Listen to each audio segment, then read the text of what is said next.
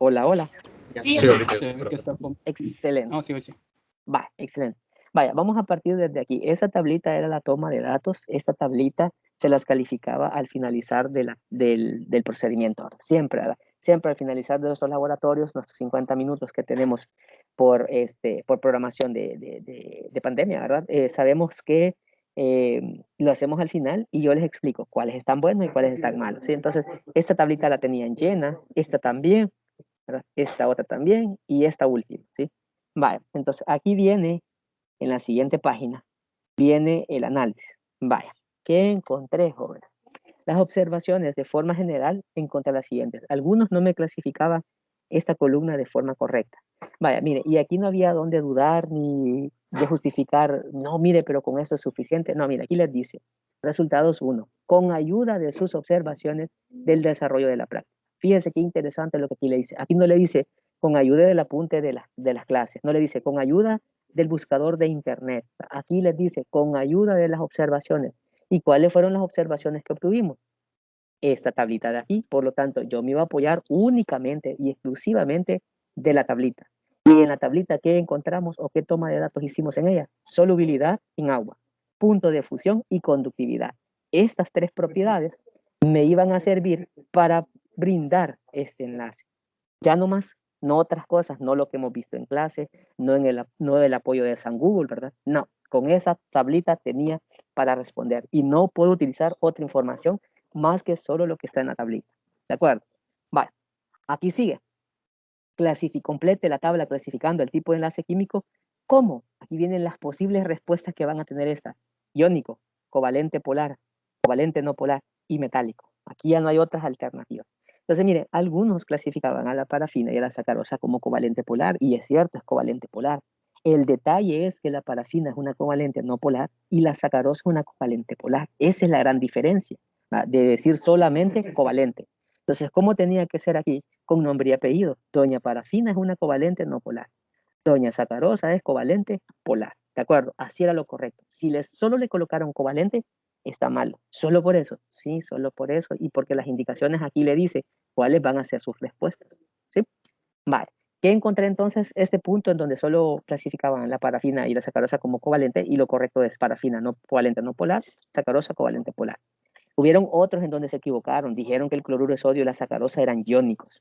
Hubieron grupos que lo clasificaron de esta manera y nada que ver porque la sacarosa no conduce la corriente eléctrica, ¿sí? Vale, en la parte de la justificación, ¿qué es lo que encontré? Algunos me empezaban a hablar que era metal y no metal, y cómo es que sabían que la parafina tiene una parte metálica y una parte no metálica, porque de seguro vieron lo que es la estructura que está entre paréntesis, pero yo les expliqué en clase, les expliqué también en el laboratorio, que aquí no iban a utilizar la estructura, que se iban a ir por las propiedades, ¿sí?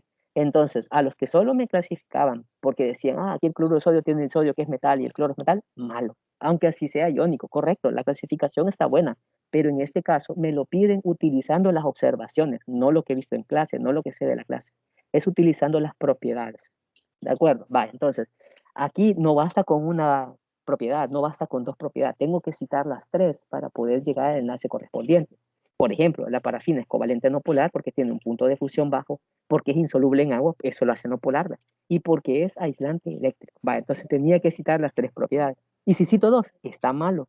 Con dos propiedades no soy capaz de poder garantizar el tipo de enlace. Necesito las tres propiedades. Con las tres ya no hay vuelta atrás, ya no hay vuelta de hoja, como por ahí dice, ¿verdad?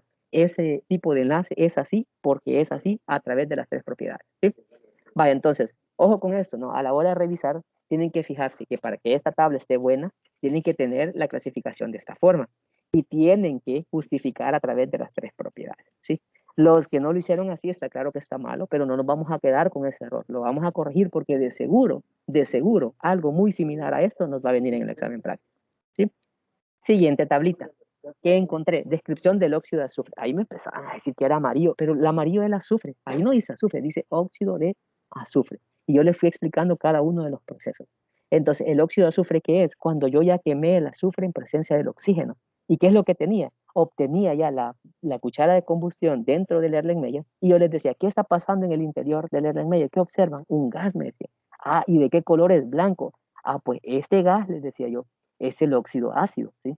En este caso es el óxido de azufre 4, ¿sí? Algunos asumiría yo que buscaron las propiedades del óxido en internet porque me empezaban a decir insoluble en agua, que no sé qué, que altamente tóxico, y características que no las vimos en las observaciones, ¿no? Ahí solo vimos que era gas de color blanco. Luego, en la otra, al disolver el óxido de azufre en agua, que tengo, el óxido de azufre es un óxido ácido, cuando combino el óxido ácido en agua, me da el ácido oxácido. ¿Qué encontré en algunos? Me daban la fórmula. Hey, esto lo abordamos en clase y se los expliqué y les dije, en el examen cometen este error porque confunden esos tres términos.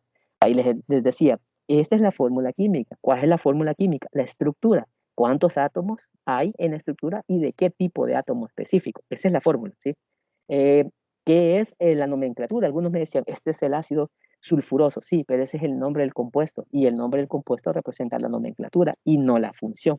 ¿Cuál sería entonces la respuesta correcta de esta? La función química que surge de combinar óxido ácido con agua es ácido oxácido. Esa tendría que ser la respuesta.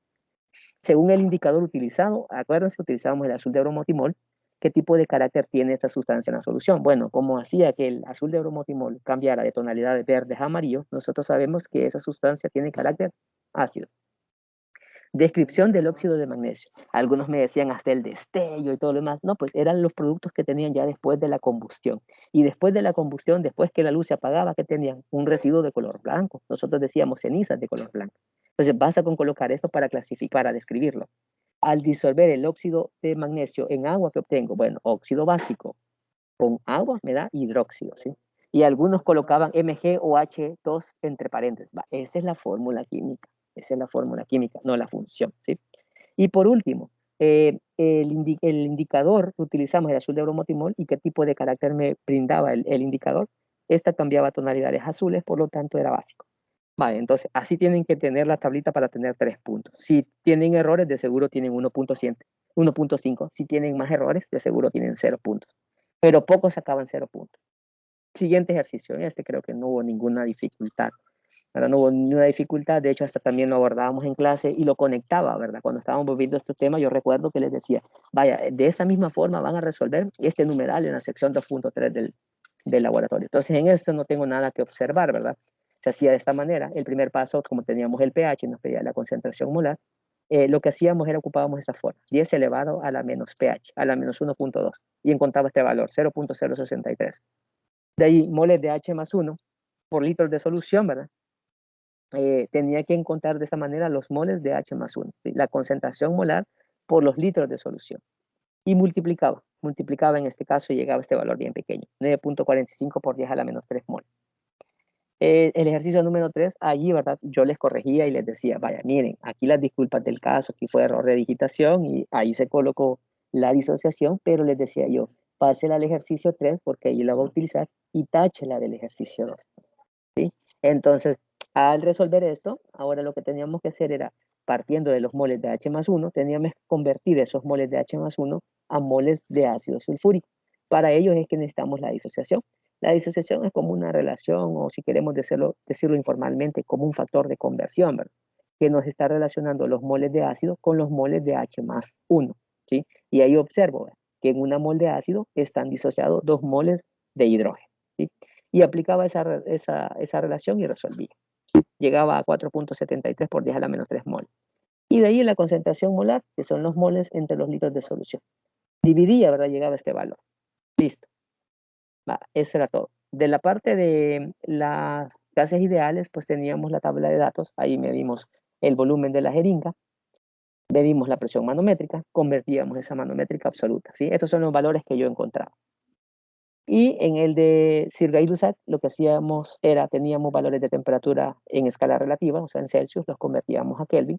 Teníamos los valores de presión manométrica ya fijas, ¿verdad? Porque a partir de estos incrementos tomábamos los valores de temperatura y convertíamos estas presiones manométricas a absolutas.